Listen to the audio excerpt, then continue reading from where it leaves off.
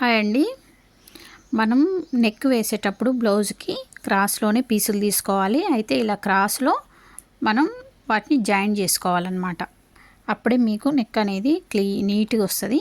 ఇప్పుడు మూలలు తిరగాలన్నా, ఒకవేళ పలక నెక్ కానీ, ఒకవేళ రౌండ్ నెక్ కానీ, రౌండ్లలో మనకి ఈజీగా తిరుగుద్ది అనమాట. ఓకేనా? ఇలాంటి జాగ్రత్తలు తీసుకొని నెక్కునైతే ఇలా ఈజీగా వేసేసుకోండి. అయితే ఈరోజు మీకు ఈ వీడియో నేను పెట్టడానికి కారణం ఏంటంటే, నిన్న క్లాస్ 1 చూసిరు కదా, tailoring class, blouse cutting class 1 చూసిరు మీరు. ఈరోజు ఫ్రంట్ పార్ట్ చాలా క్లియర్గా పార్ట్ 2 క్లాస్ 2 అయితే చూసేయండి. ఓకేనా?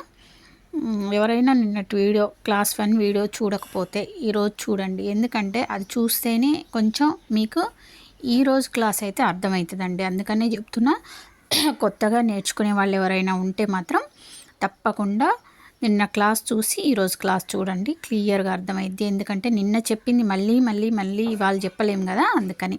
ఇక్కడైతే నేనైతే నెక్ వేస్తున్నాండి.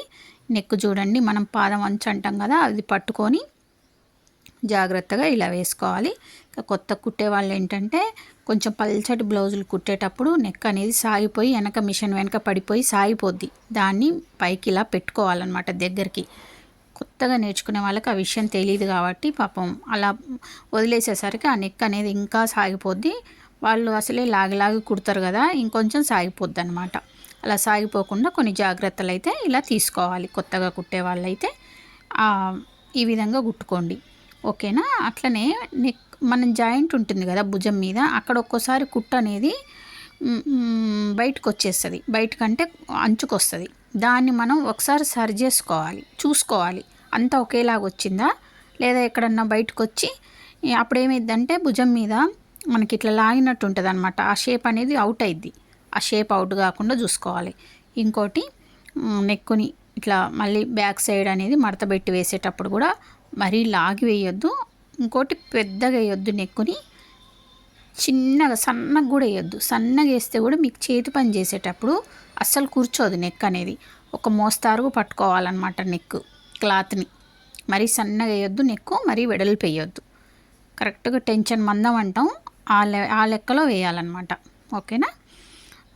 ఇంకా అంతేనండి. చూడండి, స్టిచ్చింగ్ వీడియోస్ చూస్తూ స్టిచ్చింగ్ రాని వాళ్ళు నేర్చుకోండి. నేను అనేది ఏంటంటే, నిన్న కూడా చెప్పిన కదా, ఈ మధ్య యూట్యూబ్లో బాగా చూపిస్తారు కాబట్టి స్టిచ్చింగ్ అనేది చాలామందికి వస్తూనే ఉంది. కానీ చూస్తే రాదండి, మీరు ప్రాక్టీస్ చేయాలి. స్టిచ్చింగ్ బాగా రావాలంటే మాత్రం ప్రాక్టీస్ చేయాలి. ఓకేనా? నా వీడియోలు నచ్చితే లైక్ చేయండి, షేర్ చేయండి. కటింగ్ వీడియోలు అయితే రోజు వస్తాయి, తప్పకుండా ఫాలో అయ్యి బాగా నేర్చుకోండి.